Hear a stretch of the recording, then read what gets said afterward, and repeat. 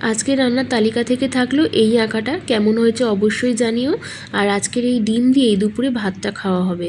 অনেক দিন ডিমের ঝোল বানানো হয়নি, পাতলা করে বড় বড় আলু দিয়ে ডিমের ঝোল কী যে ভালো লাগে। তার জন্য বসিয়ে দিয়েছি এখানে ডিমগুলো সেদ্ধ, অল্প একটু নুন ছড়িয়ে। আর এদিকে বাটা মশলার জন্য রসুন, আদা, কাঁচা লঙ্কা আর অল্প পেঁয়াজ দিয়ে একটা পেস্ট বানিয়ে নিয়েছি। এদিকে ডিমগুলো সেদ্ধ হয়ে গেলে গায়ে ভালো করে ভোজালি দিয়ে চিড়ে নিয়েছি। এরপর ডিমগুলোকে নুন হলুদ দিয়ে ভেজে রাখবো। ওদিকে তেলের মধ্যে নুন হলুদ দিয়ে আলুগুলোকে ছাকা তেলে ভেজে নিয়েছি। এরপর পেঁয়াজ কুচি, টমেটো কুচি ভালোভাবে নাড়াচাড়া করে ভাজা হয়ে এলে বাটা মশলাটা তুলে দেবো। ভালোভাবে নাড়াচাড়া করে কষিয়ে নিলেই ওর মধ্যে হলুদ গুঁড়ো, লঙ্কার গুঁড়ো, গুঁড়ো গরম মশলা আর অল্প একটু জল মিশিয়ে ভালোভাবে কষিয়ে নেবো। তেল ছেড়ে এলে আলু মিক্স করে ওর মধ্যে জল ঢেলে দেবো। যতক্ষণে জলটা গাঢ় হয়ে আসবে, ঘন হয়ে এলেই ডিমগুলো দিয়ে অ্যাড করে আর একটু ফুটিয়ে নেবো। ব্যাস রেডি।